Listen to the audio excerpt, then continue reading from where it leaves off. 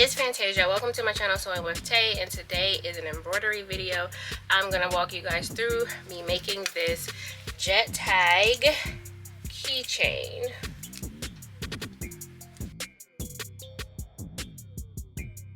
Alright y'all, I wanted to show you guys how I did this little jet tag keychain. It is really simple. It doesn't require a lot of materials. I will go through those.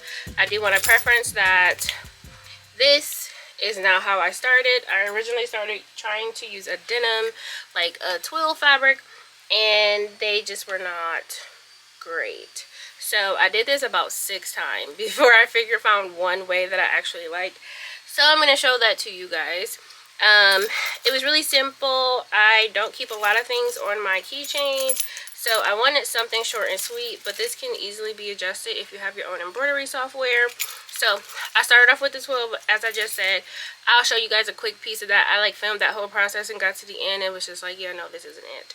So I did show more of the process when I got to this fabrication. This is a tackle twill, and I'm be honest and say I'm still learning a lot about embroidery stabilizers and fabrics, and it's a whole world that's not my first hand, so I'm still picking up the pieces. But this tackle twill, in my opinion, came out really nice and really clean, which is what I wanted for this. And we'll see how this wears over time. The one that I made the first time using denim, I got one to a point where I'm like, I'm just going to put it on my keychain and go on about my business. But within days, the edges started to like break and fray, and it was looking crazy. So I haven't used this one like out and about in my purse, in my pockets, etc. So we will see how it goes. But this is hopefully a quick video. I'm just going to walk you through the steps at a very high level just to show you what I did, and you can do them too. I did see a similar tutorial from another YouTuber, but some of the things he didn't really touch on, and it caused me a lot of confusion. So I'm gonna make sure I clarify those parts. So if you're a noob like me, you might get it quicker than me. It might not take you 6 times to get one that you actually like. So I'm gonna be doing a voiceover this video, and we're gonna get right into the project. I'm going to make sure to put all of this into the description for you, but I use plastic sheeting. I started with twill, like denim twill, but I moved on to tackle twill, which I mentioned to you guys. I have cutaway stabilizer. I'm going to be using my mighty hoop, and you're going to need some temporary adhesive. So first thing I started off with was my plastic sheeting. I'm going to hoop up a section of this plastic sheeting, and this isn't fabric, so you can't really stretch it in the frame. You have to open it and kind of pull it around to make sure it's tight. It should sound like a drum. And a quick overview of my actual files. I'm sorry this isn't clearer, but I separated these into 3, a top, a bottom, and an overall framing. And that's because I'm going to be putting these pieces together.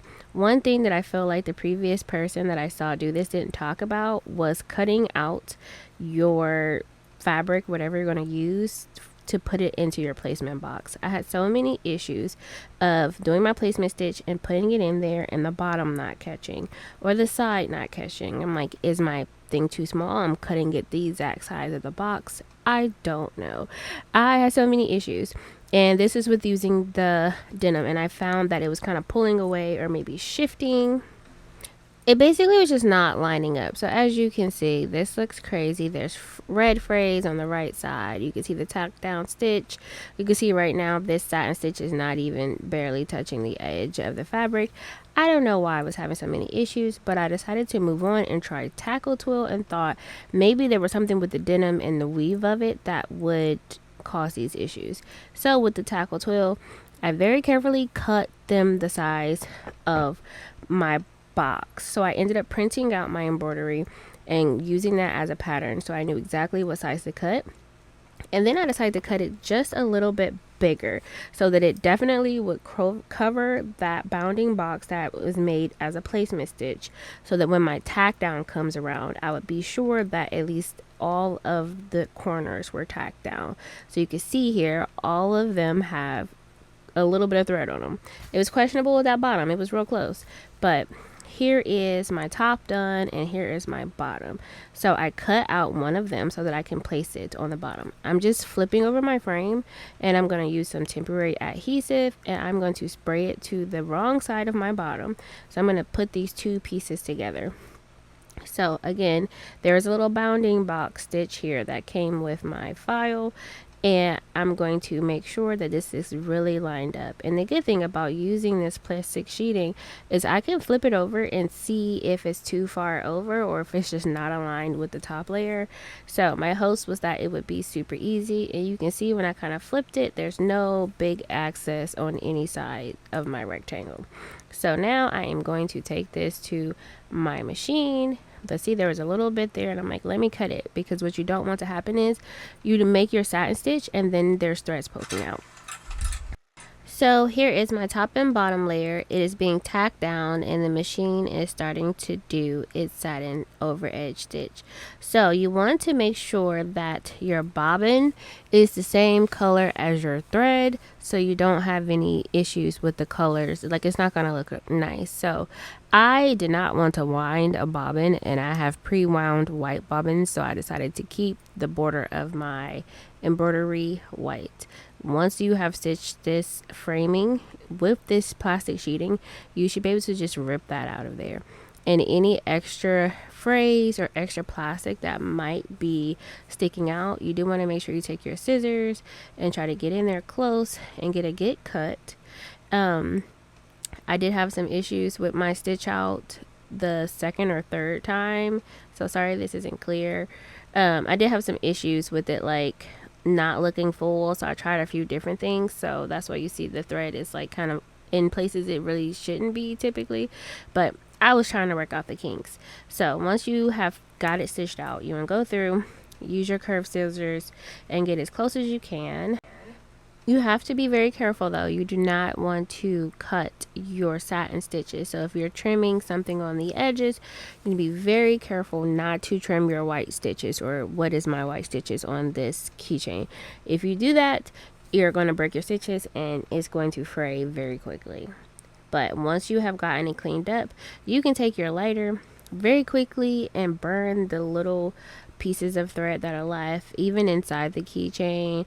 I know some of my areas had a couple very short threads that I wanted to make sure were sealed off. So you will use your lighter, and then that's pretty much it. We're going to move on to a grommet. I struggled with this because I need a better grommet maker, so don't judge. I used my awl thinking it would help me make a bigger hole. It did not. I still had to go back in with my scissors and kind of clip like pizza style to try to get this piece open.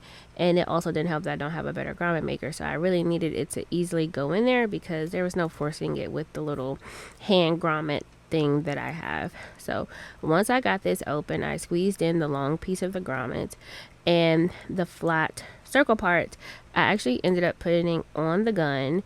And sorry, I got out of frame here. I was getting tired, honestly, but I was getting out of frame. So basically I'm just using it like a wrench to put my grommet on, so I will have a place to put my keychain. I was struggling with this because I don't remember the last time I actually used this, so I had to remember how this works. But I finally got it in there, and this is what my keychain looks like. Thank y'all so much for watching my YouTube video on how to make a jet tag, or basically a keychain.